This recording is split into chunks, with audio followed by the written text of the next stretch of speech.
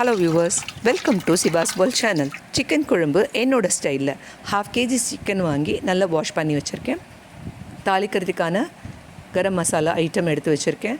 5 முந்திரி, கொஞ்சம் கருவேப்பிலை, 1/2 வெங்காயம், 3 தக்காளி, 2 வெங்காயம் தாளிக்கிறதுக்கு கொஞ்சம் மல்லி இலை, இஞ்சி பூண்டு பேஸ்ட்டு.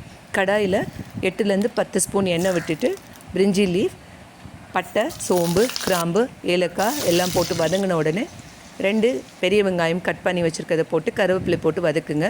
5 முந்திரி, 1/2 வெங்காயம், 3 தக்காளி, இதை நல்லா கிரைண்ட் பண்ணி வச்சுக்கோங்க. வெங்காயம் வதங்கின உடனே இஞ்சி பூண்டு பேஸ்ட் 1 ஸ்பூன் போட்டு வாஷ் பண்ணி வச்சுருக்க சிக்கனை போட்டு வதக்கிக்கோங்க. 1/2 ஸ்பூன் மஞ்சத்தூள், 1 ஸ்பூன் மிளகாத்தூள், 2 ஸ்பூன் மல்லித்தூள் போட்டு நல்லா வதக்கிக்கோங்க. இப்போ கிரைண்ட் பண்ணி வச்சுருக்க தக்காளி பேஸ்ட்டையும் இதில் போட்டுட்டு நல்லா வதக்கிட்டு தேவையான அளவு உப்பு போட்டு மூடி வச்சுருங்க.